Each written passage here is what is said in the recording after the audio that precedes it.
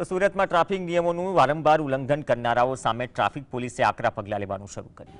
ખાસ કરીને વાહન ચાલકો રોંગ સાઈડમાં વાહન હંકારે છે, ટ્રાફિક સિગ્નલનો ભંગ કરે છે, તેમની હવે ખેર નથી।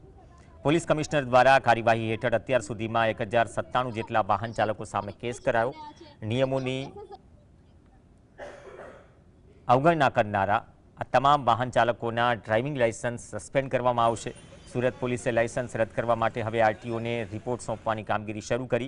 सूरत आरटीओ और ट्राफिक पुलिस द्वारा संयुक्तपणे लाइसेंस रद्द करवानी कामगीरी चाली रही है। आ झुंबेशनो मुख्य उद्देश्य सूरतना रस्ताओं पर ट्राफिक व्यवस्था सुधारवानो अने अकस्मातो घटाडवानो छे। जहाँ जहाँ लोग स्पेशली जो सिग्नल जंप कर रहे हैं बार बार और जो रॉन्ग साइड चल रहे हैं उनके अगेंस्ट कायदे अनुसार कार्रवाई की जा रही है। ये ड्राइव हमने परसों रखी थी। परसों 1097 लोग और कल 4880 के आसपास हमने ई चालान और 7 साल दंड लोगों